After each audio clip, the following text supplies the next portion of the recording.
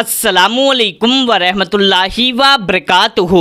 प्यारे दोस्तों, ये वीडियो आपके लिए बहुत ही ज़्यादा इम्पॉर्टेंट है क्योंकि आज हम आपको 9 जिलहज यानी कि जिस दिन हज होता है उस दिन का एक ख़ास वजीफ़ा बताएंगे। दोस्तों, ये वजीफ़ा कोई आम वजीफ़ा नहीं बल्कि इस वजीफ़े का ज़िक्र हदीस पाक में आया है कि तिरमिजी शरीफ की हदीस है। उसमें आता है कि इस वजीफ़े को हमारे प्यारे आका सल्लल्लाहु ताला अलैहि वसल्लम 9 जिलहज को इस वजीफ़े को पढ़ा करते थे और आप सल्लल्लाहु ताला अलैहि वसल्लम से पहले दिगर अंबिया अलैहिस्सलाम भी इस वजीफ़े को 9 जिलहज के दिन में पढ़ा करते थे। तो मेरे प्यारे दोस्तों, ये वजीफ़ा इतना ज़्यादा ख़ास है। पहली फ़जीलत तो इसकी यही है कि इस वजीफ़े को अंबिया अलैहिस्सलाम पढ़ा करते थे 9 जिलहज के दिन। और दूसरी फ़जीलत ये है कि जो शख्स इस वजीफ़े को पढ़ करके अपना दोनों हाथ फैला करके जो भी दुआ मांग लेगा, जितनी भी दुआएं मांग लेगा, उसकी तमाम की तमाम दुआएं कबूल हो जाएंगी। तो मेरे प्यारे दोस्तों, अब आप सोच सकते हैं कि ये वजीफ़ा कितना ज़्यादा ख़ास होगा कि जिस दिन हज होता है। अब यहाँ पर आपको ये पॉइंट बहुत ही ज़्यादा समझना पड़ेगा क्योंकि दोस्तों, जैसा कि हमने 9 जिलहज बोल दिया, अब आप सोचेंगे कि हमारे यहाँ यानी कि इंडिया में जो 9 जिलहज होता है उस दिन पढ़ना है। तो नहीं, उस दिन इस वजीफ़े को नहीं पढ़ना बल्कि आपको इस वजीफ़े को जिस दिन हज होता है उसी दिन आपको पढ़ना होगा। अब हज कब होता है? तो दोस्तों, सऊदी अरब में 9 जिलहज को हज का दिन होता है यानी कि हज किया जाता है। वैसे तो हज 8 जिलहज से ही शुरू हो जाता है यानी कि चांद की 8 तारीख से ही शुरू हो जाता है, लेकिन जो मेन तवाफ़ होता है यानी कि जिसे यौम आरफा भी कहा जाता है वो 9 जिलहज का होता है। अब दोस्तों, जैसा कि गल्फ़ कंट्री में जो चांद की तारीख होती है वो एक दिन आगे चलती है।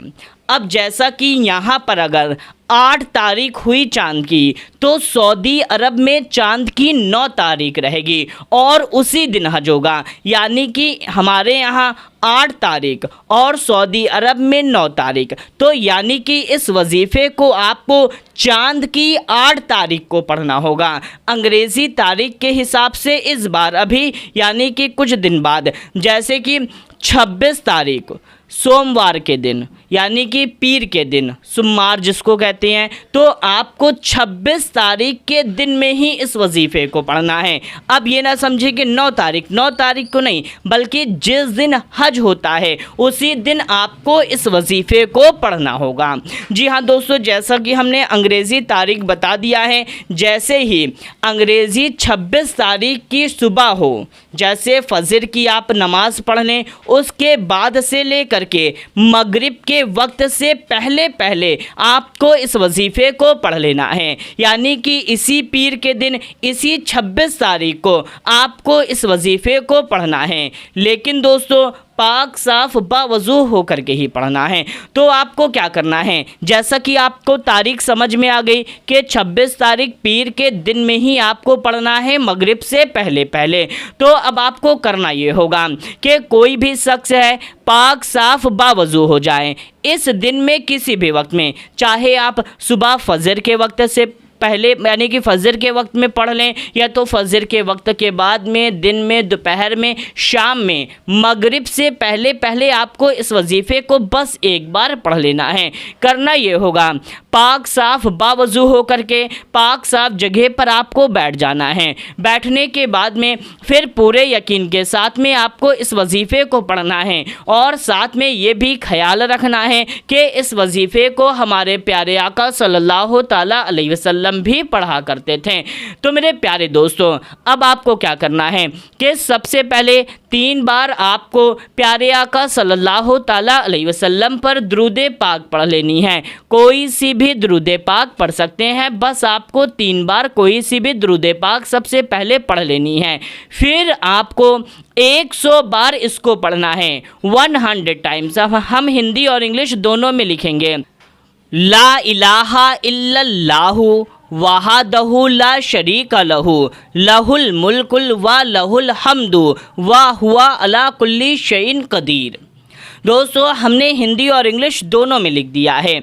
आपको इसको पूरा का पूरा 100 बार पढ़ लेना है। 100 बार से कम ना पढ़ें। ज़्यादा पढ़ लेते हैं तो कोई बात नहीं, ज़्यादा पढ़ सकते हैं, यानी कि 100 बार से ज़्यादा पढ़ना है, कम नहीं पढ़ना है। ज़्यादा में चाहे आप 100 बार पढ़ लें, 150 बार पढ़ लें, 200 बार पढ़ लें, 300 बार पढ़ लें, कितना भी पढ़ सकते हैं, लेकिन कम से कम 100 बार तो पढ़ना ही है। तो इस दुआ को, इस कलिमात को आपको पूरा का पूरा 100 बार पढ़ लेना है। फिर उसके बाद में आखिर में आपको 3 बार प्यारे आका सल्लल्लाहु ताला अलैहि वसल्लम पर दुरूद पाक पढ़ लेना है।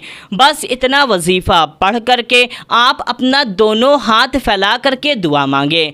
अब ये वो वक्त ऐसा होगा, यानी कि वजीफ़ा पढ़ने के बाद में ये वो वक्त है कि आपके मुंह से, आपकी ज़ुबान से जो भी दुआएं निकलेंगी, जी हाँ दोस्तों, जिसके लिए भी दुआ निकल जाएगी, खुद के लिए, दूसरों के लिए, जो भी, दुनिया और आखिरत किसी की भी आपकी दुआ निकलेगी, आपकी मांगी गई हर दुआ कबूल होगी। तो मेरे प्यारे दोस्तों, इस वजीफ़े को पढ़ें, दूसरों के लिए दुआ मांगे, खुद के लिए दुआ मांगे, खूब दुआएं मांगे, हमारे लिए भी दुआएं मांगे। तो मेरे प्यारे दोस्तों, इस वजीफ़े को आप ज़रूर से कर लें। 9 जिलहिज्जा यानी कि जो 9 तारीख है, वो हमारे यहाँ की 9 तारीख नहीं, बल्कि जो सऊदी अरब की 9 तारीख है, उस तारीख को लिया जाएगा। तो जिस दिन हज होता है, यानी कि हमारे यहाँ जिल हज की 8 तारीख को आपको इस वजीफ़े को पढ़ना होगा, यानी कि 26 मई को आपको इस वजीफ़े को पढ़ना है। 26 मई पीर के दिन, यानी कि सोमवार के दिन, सोमवार के दिन। बस आपको एक बार इस वजीफ़े को हर हाल में पढ़ ही लेना है। फिर उसके बाद में इसका करिश्मा, इसका कमाल ये होगा कि आपको इतना ज़्यादा सवाब मिलेगा, इतना ज़्यादा सवाब मिलेगा कि जिसका आप सोच भी नहीं सकते। और दोस्तों, बस आप इस बात से अंदाज़ा लगा लीजिए कि जो अंबिया अलैहिस्सलाम जिस वजीफ़े को पढ़ा करते थे, वो वजीफ़ा कितना ज़्यादा ख़ास होगा। तो मेरे प्यारे दोस्तों, इस वजीफ़े को पढ़ें, खूब सवाब कमाएं और दुआएं भी कबूल करवा लें। इंशाअल्लाह तबारक व तआला आपको इसमें कामयाबी ज़रूर हासिल होगी। तो मेरे प्यारे दोस्तों, उम्मीद करते हैं कि आप इस वजीफ़े को करेंगे और इस वीडियो को ज़्यादा से ज़्यादा लोगों तक सवाब की नियत से, सदका जारिया की नियत से और भी लोगों तक शेयर कर दीजिए। अल्लाह तबारक व तआला से दुआ है कि अल्लाह तबारक व तआला इस वजीफ़े को सभी को करने की तौफीक अता फरमाए, हम सबकी नेक और जायज़ हाजत को पूरा फरमाए। आमीन या रब्बुल आलमीन। तो मेरे प्यारे दोस्तों, कमेंट बॉक्स में आमीन ज़रूर टाइप करें। मिलते हैं तब तक के लिए अस्सलामु अलैकुम, अल्लाह हाफिज़।